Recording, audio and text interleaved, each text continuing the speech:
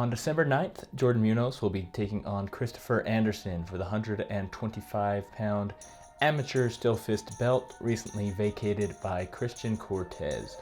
We're just going to go back a little bit into their resumes and see what has gotten them to this point so far and highlight a little bit of their progression over the past few years as martial artists. So, we are starting with Jordan Munoz. He made his MMA debut back in 2019, and he happened to be fighting on the same night that his dad would fight. His dad would go on to become a 2-0 professional, and Jordan would go on to win his debut by armbar in the third round. Against a much more experienced opponent, Jordan came in and definitely established dominance in the striking, in the ground game, and had a fantastic performance. I believe he has a little bit of a wrestling background from just kind of what I was able to see on Facebook, but came in and was able to put it all to use and had a fantastic performance for his debut. His dad and his brother are also fighters, and so he's just been growing up and training around them for a very long time. It's definitely made an impact and kind of made who he is as a martial artist. He's actually one of the first fighters that I had met before I got into MMA. I just ran into him at the audience of one of the shows, and he was a super nice guy and actually spent some time talking with me. For his first two fights against Jordan Marshall and Doug Anderson, I actually wasn't able to find the footage for them. One of them, I saw the footage the day before, but when I went to go and edit it, it was gone. But anyways, his fight against Doug Anderson I haven't seen, but he actually ended up losing a decision. So the first fight that I have, and with the footage that I have, is of him versus Austin Atkinson, which is pretty crazy to me that me and Jordan have a shared opponent because I am a lot bigger than Jordan is. But this was his second attempt to come back up to 135 pounds. Weight definitely makes a difference, something that I've experienced in my career. I have a harder time at 155, and at 145 I do a lot better. His next four fights after his debut would be at 135 pounds, and he would fall short in every single one of them. Against Austin Atkinson, who's just a fantastic wrestler, and he has some very dangerous and powerful leg kicks. I definitely, watching this, felt the pain coming back through my leg. And then he would lose against Morgan College, who also is fighting at 145 pounds. So going up against much bigger opponents, he's fallen short. In his return to Still Fist in 2021, he would show very dominant control and just lead the fight the entire time and have a fantastic performance. And then kind of his more pivotal moment, or one of my favorite fights of his that I had seen, something that shows me that he deserves his title shot, is his fight against Christian Cortez. Christian Cortez is just the recently vacated champion, and that is Jordan Munoz's only loss at 125 pounds. Jordan came in and he actually did really well coming up against somebody at the skill level of Christian Cortez. He was in dominant position for most of the time. He did eat a head kick pretty early and was able to fight off a submission attempt. Besides that head kick, he was very competitive with the champion and had a fantastic fight overall. He did end up coming short and getting caught in an arm lock in the second round, where he then would not return for almost another year, but he would make his return back at 135 pounds against one of the better strikers in the division, Jackson DeGray, over with Fierce Fighting Championship, where he showed something that I had kind of seen just in his fight all the way back with Austin Atkinson in his second fight, is he doesn't check leg kicks as often as he should. He ended up getting finished due to leg kicks in the second round, and then he would return almost a year and a half later against the number 3 ranked 125-pound fighter in Utah, Dietrich Jessup, where he would catch him with a punch pretty early on, and Dietrich, just kind of taking a recovery shot, would shoot in, and Jordan was able to catch him in a guillotine, which was an absolute major upset to a lot of people who haven't been paying attention to Jordan and his skills. He is a fantastic, well-rounded fighter, falls short at 135 pounds, but he does really well at 125. Honestly, if you look at Jordan with his record, you are definitely going to doubt him, especially coming up against somebody as talented and skilled as Christopher Anderson, but I definitely think he possesses the skills to make this a really competitive fight. Now we're moving on to Christopher Anderson. He started out playing soccer, just from what I was able to see through his Facebook posts.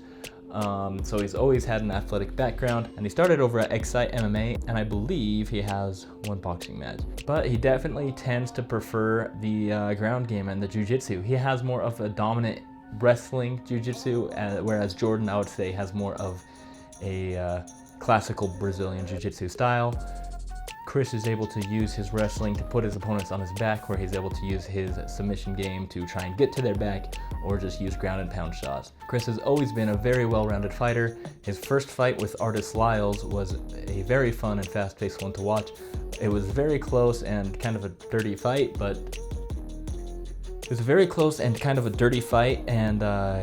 was really decided by a body kick that landed in the first round that kind of, to me, looked like it was a slip rather than a knockdown, and then a point deduction that was either in the second or third round, which gave the decision to Artis Lyles. But besides that, it was a very close fight the entire time. Artis Lyles is a very talented fighter, and so is Christopher Anderson, and he showed that in his debut. And then in his second fight, he would come back and show improvements to his ground game.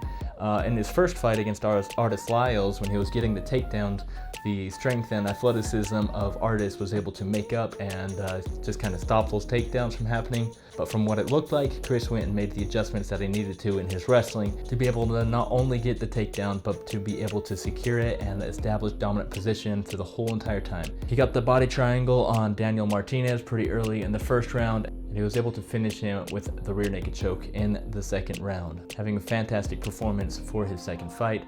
And then he would come in against Ben McNeil, who is one of the best wrestlers at 125 pounds. He's even a little bit too much of a wrestler for me sometimes. Ben is a fantastic fighter, and both of these guys being more ground game focused, but both well-rounded fighters, Ben was able to take him down a lot. But both of their ground game being as high level as it is led to some pretty interesting grappling exchanges, like this one here where he's kind of backpacking on his back, and a lot of fun scrambles. But mostly Ben was able to use his wrestling to hold Chris where he wanted him and land some ground and pound. He was able to go the distance without sustaining much damage. He was able to protect himself for the most part. And then he would come in about 2 months later against Hector Martinez, able to use his defensive wrestling to stuff a shot from Hector, and then, landed some damaging strikes from on top before finishing Hector with a triangle choke in the first round. Always staying active, he would return 2 months later, coming in against Daniel Bonner in an unfortunate fight where it would end up in a headbutt, which was initially ruled a knockout win for Daniel, but would later get overturned to a no contest. That would start the longest to that point career layoff of Christopher Anderson. I don't know if it was because of the head injury. He just wanted to make sure that everything was all fine and get checked off with the doctors before he would return.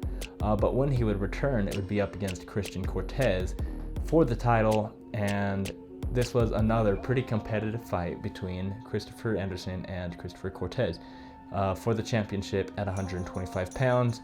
He was able to have his moments with his striking, with his control. The fight would end up going to the ground, where Christian Cortez was able to pretty quickly snatch up an armbar and become the 125-pound champion. And then making another quick turnaround up against Bradley Mathis, he would come in and get a first-round submission win, and then would take another multiple-month layoff. And I believe at this point it was due to him becoming a father and just having to focus on his family.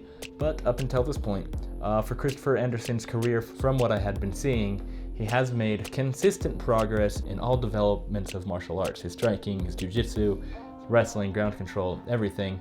He's always been getting a little bit better in each aspect, and that's pretty expected when you're staying as active as he was. But upon his return against Chris Carrillo is where I've seen really the biggest jump in skill improvement. Could be because of the time differential and just being away from the sport. You tend to miss it a little bit, you come back and do a lot better, you're fresh and ready to go at training, so you're going to improve way faster, and it's really all that you can think about.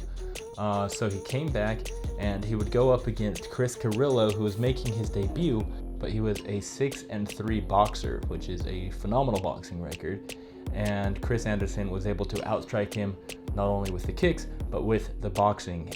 And then he was able to once again use his wrestling to get the fight down to the ground, where he was able to establish dominant position and finish out with ground and pound again. Chris definitely has solidified himself amongst the top 125-pound fighters in Utah, and has had dominant performances against everybody that he's beaten, and competitive fights against everybody that he has lost to. He's coming in against Jordan Munoz, and it will be very interesting to see It'll be interesting to see how more of his top-heavy jiu-jitsu is going to play up against Jordan's more traditional jiu-jitsu style from the bottom, and to see how their striking plays out. Because both of these guys have been progressing like crazy recently, and they both are well-rounded fighters and have their own skill sets which they're able to capitalize on. I'm really excited to see how this fight goes down, and just wanted to go a little bit into their background and their history and bring us up to date as to where we are now. And this will be a fantastic fight. I cannot wait, and I will see you all on December 9th.